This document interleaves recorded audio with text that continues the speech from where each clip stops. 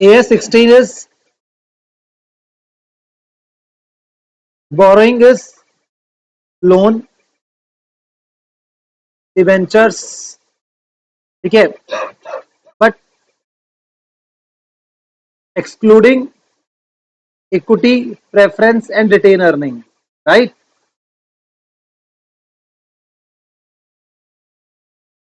Borrowing cost. What is borrowing cost? That is interest, finance charges, exchange loss. अगर बोलूंगा exchange loss, not profit. Exchange loss, ठीक है, बहुत short में बोलूंगा प्रोसेसिंग फीस और अरेंजिंग द लोन, ठीक है। उसके बाद एक और था आपका प्रीमियम ऑन रिडम्पशन, या फिर हम बोल सकते हैं amortization of loss on issue, right.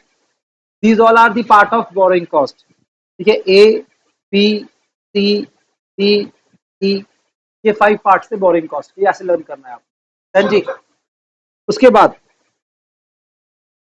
Borrowing cost accounting treatment. आज ढंग से देखना मेरी बातों को, ठीक है।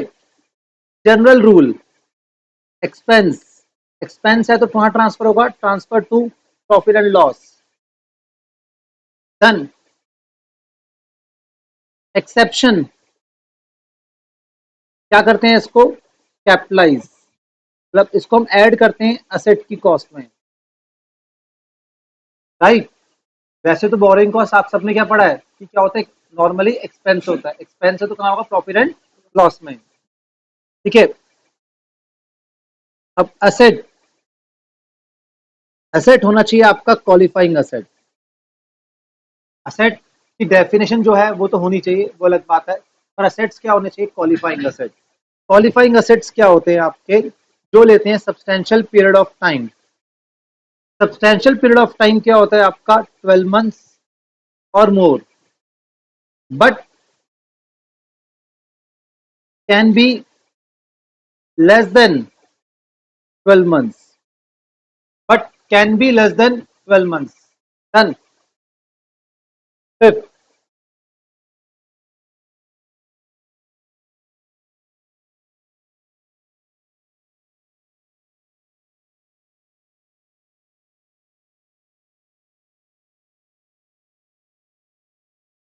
when to start, when to suspend, when to stop capitalisation.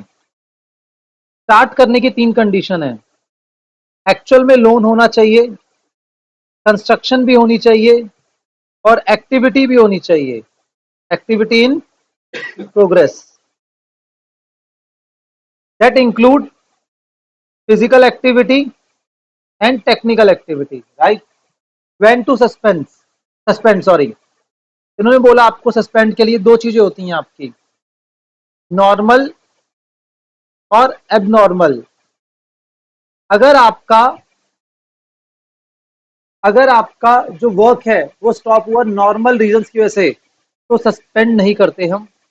अगर एबनॉर्मल रीजन की वजह से सस्पेंशन हुआ है जो आपको पता नहीं था वर्क के अंदर, तो उसमें केस में जो इंटरेस्ट की कैपिटलाइजेशन है, ठीक है, उसको हम सस्पेंड कर लेते हैं उसने टाइम पीरियड के लिए। 3 मंथ्स तक हम वर्क नहीं कर पाए तो 3 मंथ्स की कैपिटलाइजेशन नहीं होगी, डन। स्टॉप, हम स्टॉप कब करते हैं, ठीक है, जब असेट जो होता है वो रेडी टू यूज और सेल। आई बात समझ, बस ये चीज थी, डन। अब ठीक है, हमने डिसाइड कर लिया कितना कितना टाइम पीरियड के लिए हम कैपिटलाइजेशन करेंगे, ये टाइम पीरियड था, ऐसे बोल सकते हैं टाइम पीरियड ऑफ कैपिटलाइजेशन, कब स्टार्ट होगा, कब स्पेंड होगा, कब क्या कैपिटलाइज होगा ड्यूरिंग द ईयर, कब स्टॉप होगा, सॉरी, ठीक है जी। 6, कैलकुलेशन। अब हमारी जो बोरोइंग होती है, बोरोइंग 2 टाइप की होंगी सर, एक स्पेसिफिक बोरोइंग, तो उसमें कोई दिक्कत नहीं है, एक जर्नल बोरोइंग। जर्नल बोरोइंग आपके पास लाइक, एक आपने जर्नल बोरिंग ले रखी है, इसमें 5-6 जगह पैसे को यूज करा है, कोई इशू नहीं है हमें उससे भी, बट वो जर्नल बोरिंग क्या है आपकी, ओनली 1 जर्नल बोरिंग है तो नॉर्मल है वो भी, अगर क्या है हमारी मोर देन 1 जर्नल बोरोइंग है, हमें क्या निकालना पड़ता है, WACC। आपको समझ आ गया कॉन्सेप्ट? ठीक है जी, WACC कैलकुलेट करना पड़ता है, राइट जी। ठीक है, तो इसके तरीके से हम वर्कआउट यहाँ पे करते थे। उसके बाद यहाँ पे सब चीजें हमने देखी थी कि क्वेश्चंस प्रैक्टिस करे थे। 7th पॉइंट जो इसमें था वो क्या था, foreign exchange, foreign exchange loss की हम बात करते हैं।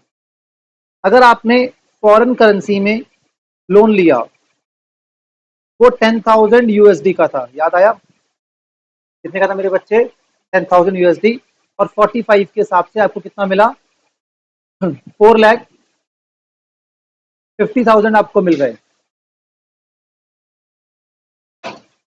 बट समहाउ अगर वही लोन आपने इंडिया में लिया होता, याद आया, यहाँ पे जो फॉरेन करेंसी में लिया लोन, ये आपको मिला 5% रेट ऑफ इंटरेस्ट पर। सेम लोन अगर आप इंडिया में लेते, US से लिया 5% पे मिला, इन इंडिया ये लोन लिया जाता, अगर इन इंडिया ये लोन लिया जाता, वहां पे ये लोन हम इंडिया में, तो रेट ऑफ इंटरेस्ट सपोज 11% होता। तो इसका मतलब, ठीक है, अब ईयर एंड में हम कंपेयर करेंगे, ईयर एंड में अगर एक्सचेंज रेट हो गया 48, ठीक है, तो उस केस के दो इंपैक्ट, एक तो एक्सचेंज लॉस आया, कितना आया, 10,000 इंटू 3, राइट, कह सकते हैं कितना हो गया आपके पास 30।